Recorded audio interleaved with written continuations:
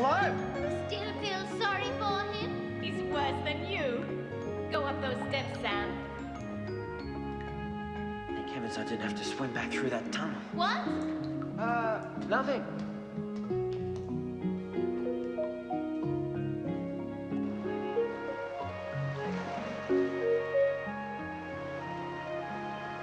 Need a hand? No. What about you, Pella? Thanks, Sam. Thanks for showing me. You're a pretty good swimmer, you know. Hello. Our village! What could have started it? By the looks of Swoop, something bad's happening. It's getting worse. We have to get back there and help. Come on!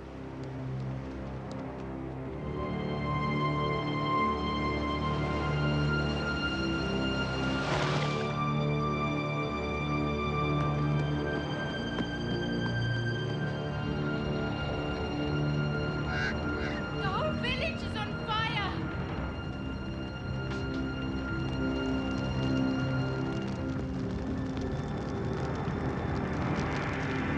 Who could do such a thing? Mom, where are you? Hello. Girls, this way! Hello! Hello! Oh, quickly, come to me! Where have you been? The Blackbirders have taken Kelau and the boys! What? Belau and I can sail and get Dad! No! The Blackbirders will be waiting! We have to. You're too young! Mom, we're not kids anymore. What else are you going to do? You know we can sail as well as anyone. I'll go with them. Swoop and me. We must get help. Head straight to the Chief's Island. Please take care of my girls.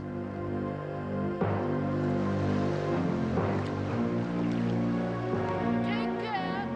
Trust no one but yourselves.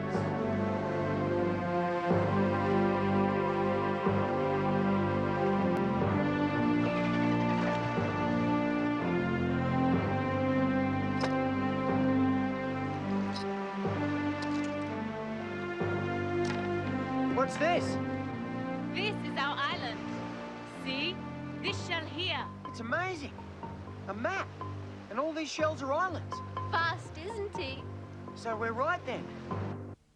No. For some of the way, but beyond that island, it'll be unknown water for us. Well, I know we're heading west. Sort of. Sun goes down, isn't it? All right, all right. I just want to help. Thank you, Sam.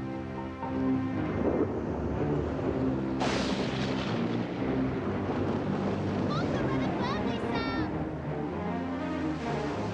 That looks nasty. We have to get to this island for shelter, in case the storm gets worse. I can see it. There. Try to head for the right-hand side.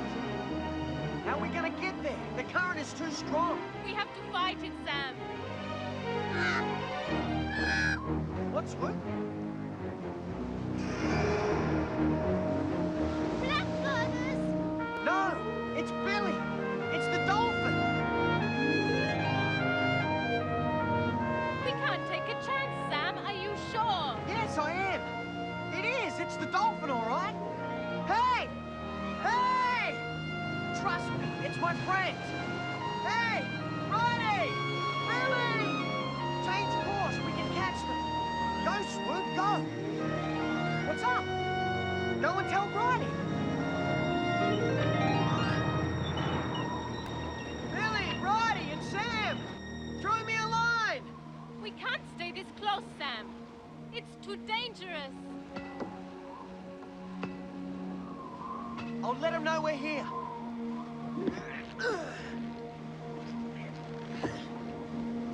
Hello? It's Sam! I don't like this.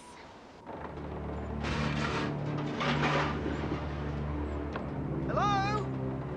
Where are you?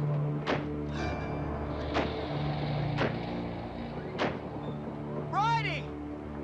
Billy!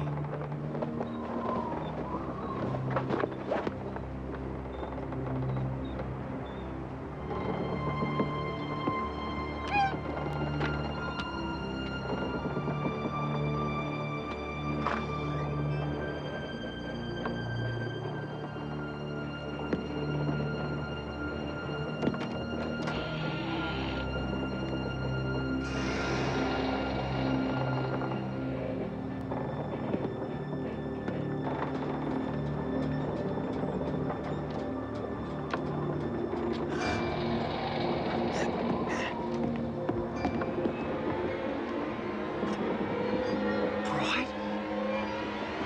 There's no one here. No one at all.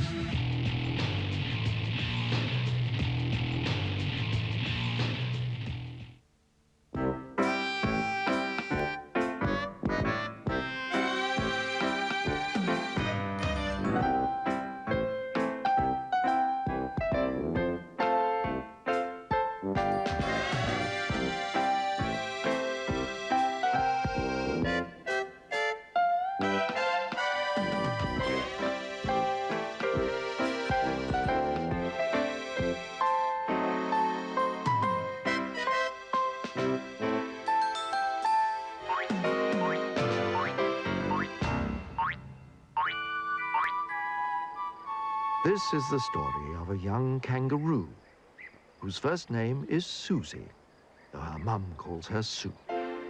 As a baby, she rode in Mum's pouch, which was great. But those happy days ended when young Susie gained weight. Then Mum helped her learn how to hop on her own, a kangaroo's first step to become fully grown. With patience and practice, Susie learned how to hop. And once she began, well, she just couldn't stop. She hopped and she hopped. There was no standing still. There was no going back. Every bounce was a thrill. Hops tickled her tummy. It was almost like flying. She loved going up and came down without trying. But to hop in the house is far from appealing. It flattens the chairs and leaves dents in the ceiling. Sit still, her mum told her. And poor Susie tried, but she just couldn't make all those hops stay inside. If she didn't stop soon, she would make herself ill.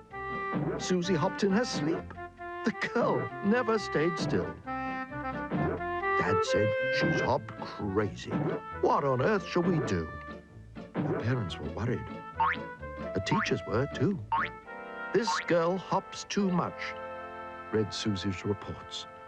But they also said Susie was brilliant at sports.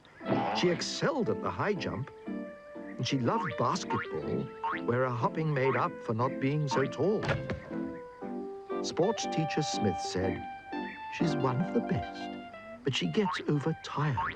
She simply won't rest." Then along came the day of a basketball game. But Susie hopped on a splinter and cried out in pain. Smith rushed to her side when he heard Susie shout. He said, "Just hold still, and I'll soon take it out." "Hold still?" exclaimed Susie. "But I just don't know how." "Time to start learning," Smith told her, "is now." Trying hard not to wriggle, Susie held up her toe. She wanted to move, but she told herself no. While Sue shut her eyes, concentrating intently, Smith found the splinter and pulled it out gently. "Well done," shouted Smith. "I'm very impressed. For the sake of a splinter, you've just had a rest. Now, may I suggest that you make it your aim to save up your hops for the basketball game?"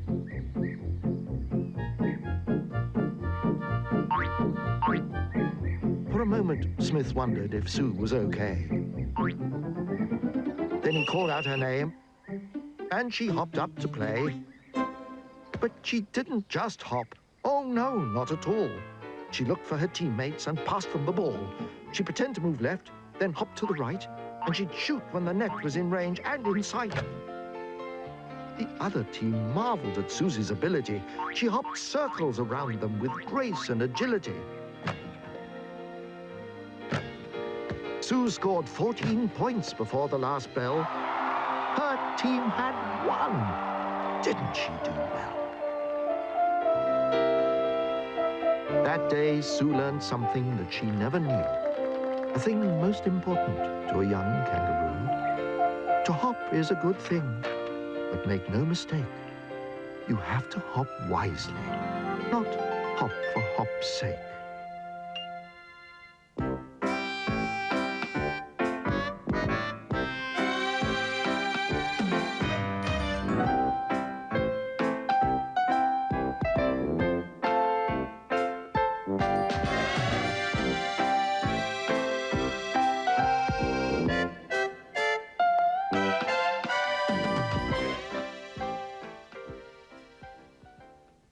As creatures like these become rarer in the wild, so the value of their products increases and the price on their heads goes up.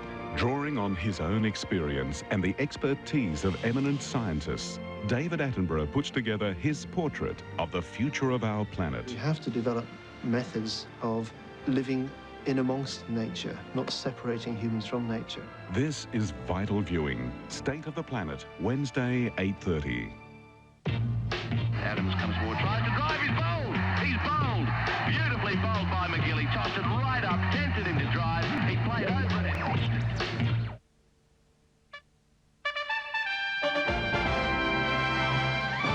Good afternoon, Deborah Kennedy with a news update. Ecuador has declared a state of emergency for the Galapagos Islands, where a huge oil spill now poses a threat to some of the world's rarest creatures. The spill, 1,000 kilometers off Ecuador's west coast, involves more than 643,000 liters of diesel fuel, which is poured from a disabled tanker.